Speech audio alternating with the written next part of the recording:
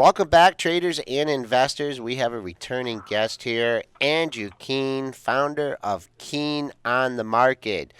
Andrew, how you doing today? Good. How are you doing? We're doing okay here. Little bit of quiet action here ahead of the Fed meeting, triple witch coming up at the end of the week. Just give us your approach on a day like this where you have a big Fed announcement coming out at 2 o'clock. Yeah, I mean, I've been pretty much long the market for the last 2.5 years, and I actually took up a lot of risk yesterday. I've been long oil and natural gas names. Devon Energy has been working out well. A Marathon Petroleum, a New Star, and then basically the last couple of days it's just been very, very quiet. The average range of an S&P 500 futures intraday is about 10 to 12 points, and lately they've been much, much quieter. I always say that volatility creates opportunity as a trader, and we're just not getting that volatility right now. So, I've moved a little bit more towards cash. I am still on the market, stock specific, but I think the market still continues to grind higher and move higher. But I did take a lot of risk off the table yesterday. So when you talk about building positions in something like Devon Energy, are you doing it via the actual stock or are you using the options market? No, I'm long options in it, so I'm long from July 80 calls. I've taken off about a third of my position, and I'm along July 82 and a half calls. I trade a little bit differently than most people. I trade a little bit more methodically. I watch institutional order flow. So I watch, hedge funds, big traders, institutional funds, place equity option trades. Currently, there's no dark pools in options. So every single day, I watch institutional order flow, and then I combine it with the chart in my proprietary trading plan to put on a risk versus reward trade if I like a setup. For example, I saw APD go across the tape set. I actually don't have a position on that one, but we saw institutional order flow within the last week of some trader. We never know their stock position on. They're buying a bunch of calls in APD. So is it a coincidence the stock's up $9? Somebody say yes. I say no. I think the institutions know more than us. They're smarter than us. Like I said, we never know their stock position, but it's been working out pretty well for me What, for the and course what of the was the last 12 stock on years. that? The symbol on that? APD, air products and chemicals. We saw a lot of institutions coming in to buy September 130 calls and some June 120 calls. I was in them and I exited them. But we see this a good amount of times, and I've seen some news networks, from not saying any names, over the last couple of days has made a big push at 25% of all takeover stocks have quote unquote unusual option activity in the option market on stocks that are taken over. So it's always interesting to see. I had one 2 weeks ago in PL. I bought some calls. The next day they got bought out for huge premium cash, and I made like $24,000 on a 30 lot. Everything that I trade is a publicly traded order, so I'm not getting any, signals or anything that I don't know. But it's been working out really well. That PL, that was kind of rumored. Did you buy it on the rumor and then just kind of let it go, or did you see some institutional order flow before the rumors even surfaced?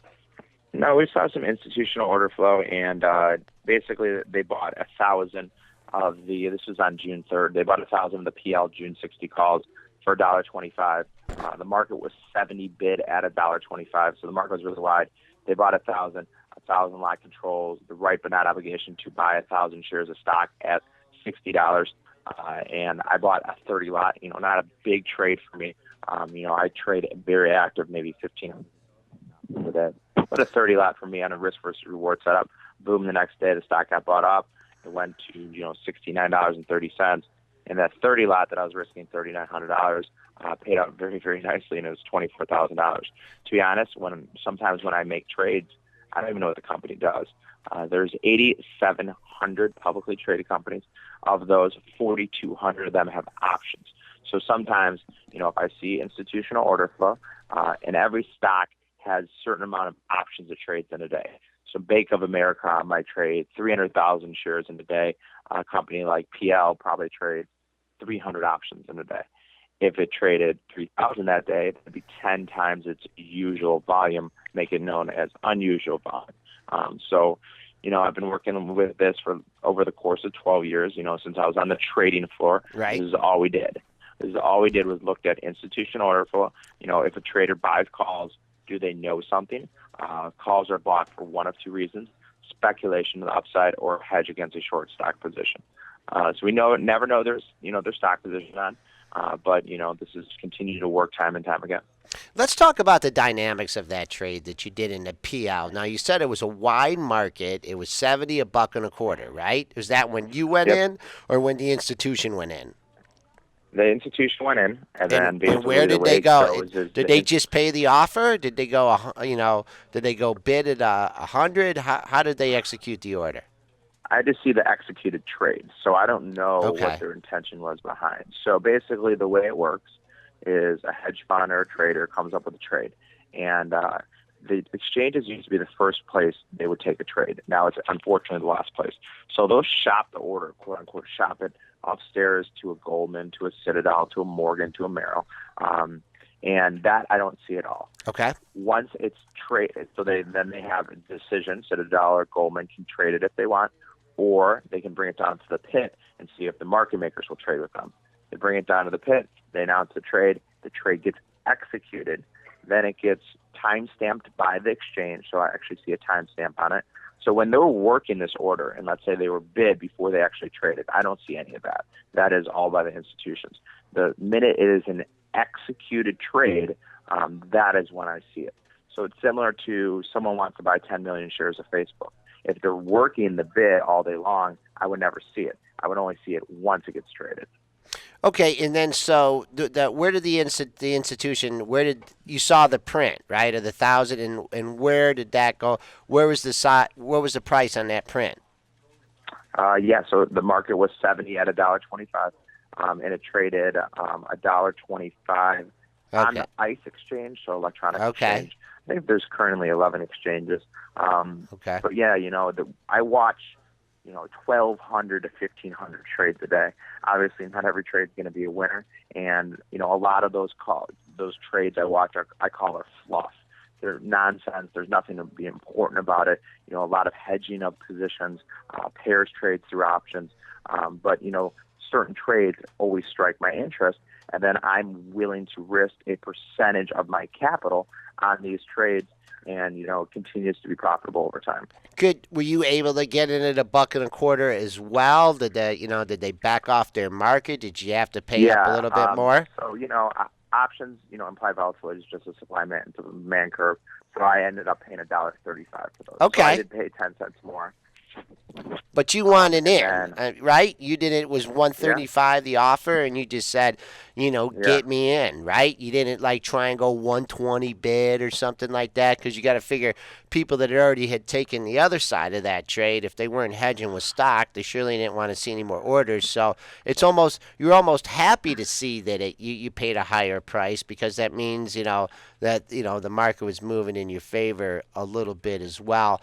Just going back to the chat room here, and I think you did a really good job of explaining it.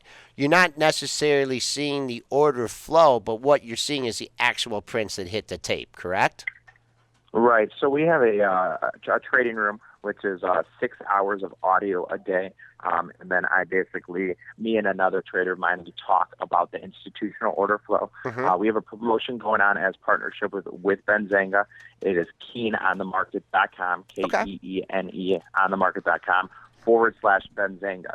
And if you guys are interested in trying out the trading room, we have almost 500 paid subscribers. You can get 1 week for $1 through our partnership with Benzinga.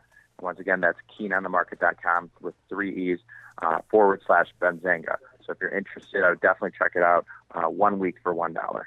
Okay, we've had Andrew Keene here, founder of Keene on the Market, using tips from institutional order flow and trades to make his trades, though. But folks, as you heard here, he goes in with a defined risk. He's not fading the options, having open-ended risk. Andrew, thanks for coming on and walking through the dynamics of your trade, and certainly like to have you on again. Thank you so much.